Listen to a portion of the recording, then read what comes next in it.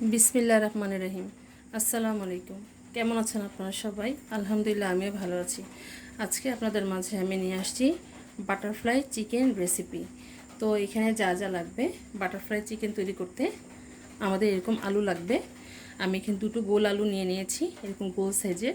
আপনারা চাইলে লম্বা সাইজে নিতে পারেন। এরকম পাতলা করে কেটে নিয়েছি, 1/4 ইঞ্চি করে, যে এরকম 1/4 ইঞ্চি করে আমি এভাবে দুটো আলু কেটে নিয়েছি গোল গোল করে। এখানে আমি মুরগির কিউব করে নিয়েছি, এরকম মাংসগুলো ছোট করে কিউব করে কাটা, যেন আলুর মধ্যে দিতে পারি।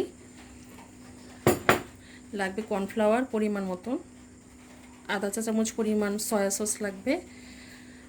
এখানে লাগবে আদা রসুন বাটা আধা চা চামচ পরিমাণ, লাল মরিচের গুঁড়ো 1 চা চামচ পরিমাণ ভরে নিয়েছি, পরিমাণ মতন লবণ লাগবে 1 চামচ পরিমাণ ভরে নিয়েছি, ধনিয়ার গুঁড়ো, আর লাগবে 1 চামচ পরিমাণ ময়দা,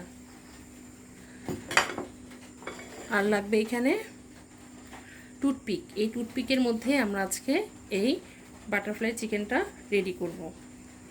তো এখন প্রথমে আমাদের করতে হবে কি, যে আমি এখানে কর্নফ্লাওয়ারটা আগে গুলে নিব।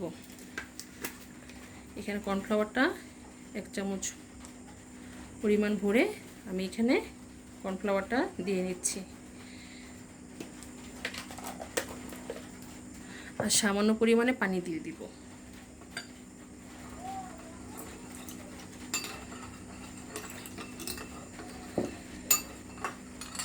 এখানে সামান্য পরিমাণ পানি দিয়ে দিলাম, আর সামান্য পরিমাণে লবণ দিয়ে দিব।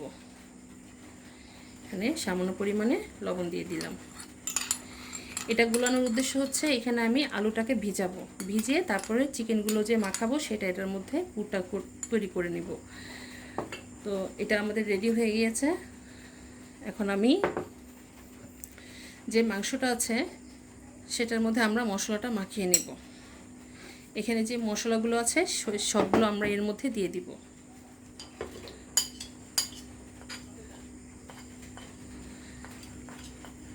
আপনারা চাইলে আমার এখানে মুরগির মাংস আছে এখানে 150 গ্রামের মতন, তো আপনারা চাইলে এর চেয়ে বেশি করেও নিতে পারেন।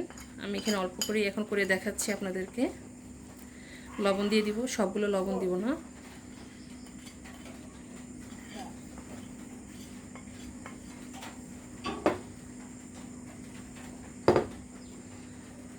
লাল মরিচের গুঁড়ো দিতে ভুলে গিয়েছি।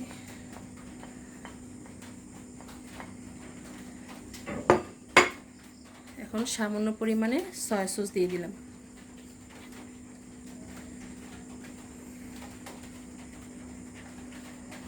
এখানে 1 চামচ পরিমাণ আমি সয়া সস দিয়ে দিলাম। এখন আমরা এটাকে ভালোভাবে মাখিয়ে নেব। ভালোভাবে মাখিয়ে নেওয়ার পরে আমি এটাকে 20 মিনিট ম্যারিনেটের জন্য রেখে দেবো। আপনারা চাইলে আধা ঘন্টাও রেখে দিতে পারেন। আমি এখানে 20 মিনিটের মতন ম্যারিনেট করে এটাকে রেখে দেব।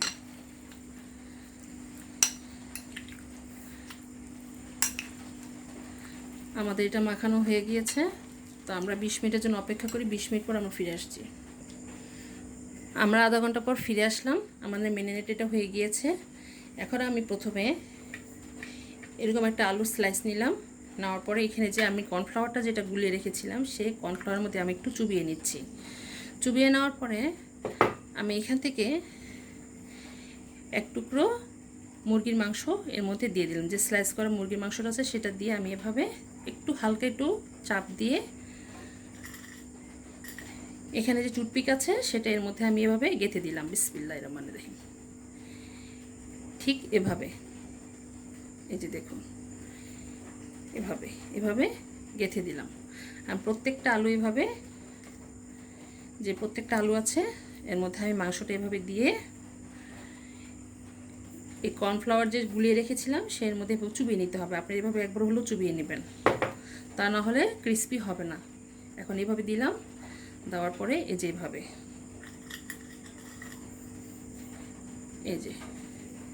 এভাবে প্রত্যেকটা আলুকে আমি এভাবে রেডি করে নিব। তাহলে আমরা আলুগুলো রেডি করে নিই। আমাদের প্রত্যেকটা বাটারফ্লাই এভাবে তৈরি করে দিয়েছি। এখন আমরা ভাজতে চলে যাব। তাহলে চলুন আমরা ভাজতে চলে যাই। আমরা চুলোর কাছে চলে আসছি। এখন আমি জালটা জ্বালিয়ে দিব। আমি কিছুটা পরিমাণ তেলের মধ্যে দিয়ে রেখেছিলাম, তো এখন আমি জালটা বাড়িয়ে দিই। বিসমিল্লাহির রহমানির রহিম। তেলটা স্বাভাবিক গরম হওয়া লাগবে। স্বাভাবিক গরম হলে তারপর আমরা তেলের মধ্যে এই আলুগুলো ছেড়ে দিব। আমাদের তেলটা গরম হয়ে গিয়েছে। এখন আমি এই তেলের মধ্যে এই আলুগুলো এখন আস্তে আস্তে করে একটা একটা করে দিয়ে দিব। এই যে বিসমিল্লাহির রহমানির রহিম। মিডিয়াম আঁচে ভাজতে হবে। বিসমিল্লাহির রহমানির রহিম।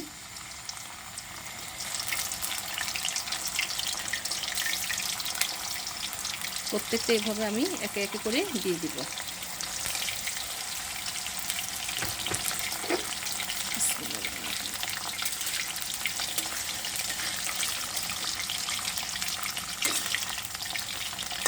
এটা ভাজতে 8 থেকে 10 মিনিট সময় লাগে, যেহেতু আলুটা ক্রাঞ্চি হতে একটু সময় লাগে।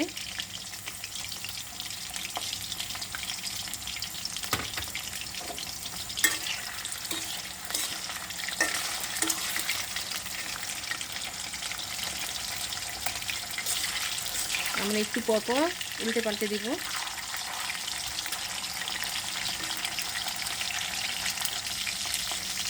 আমাদের আলুটা মোটামুটি লাল হয়ে আসছে।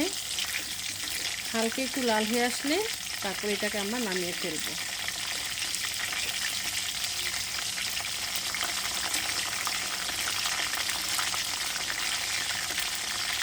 আর কিছুক্ষণ অপেক্ষা করব। আরেকবার উঠিয়ে দিই। একটু ধৈর্য ধরে এই জিনিসটা তৈরি করতে হবে।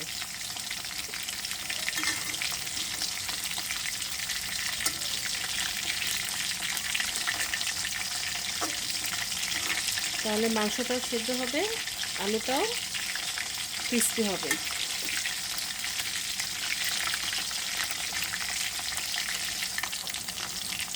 আমাদের এটা ভাজা হয়ে গিয়েছে। এখন আমরা এটাকে নামিয়ে যে বাকিগুলো আছে সেগুলো দিয়েও আমরা ভেজে নেব। এখন এগুলো তুলে ফেলবো।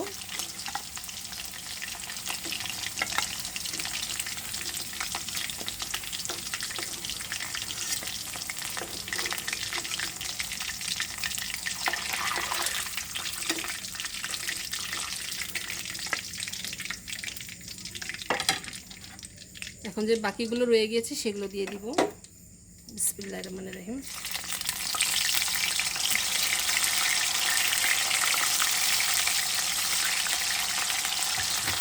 ভাজা হওয়া পর্যন্ত অপেক্ষা করি।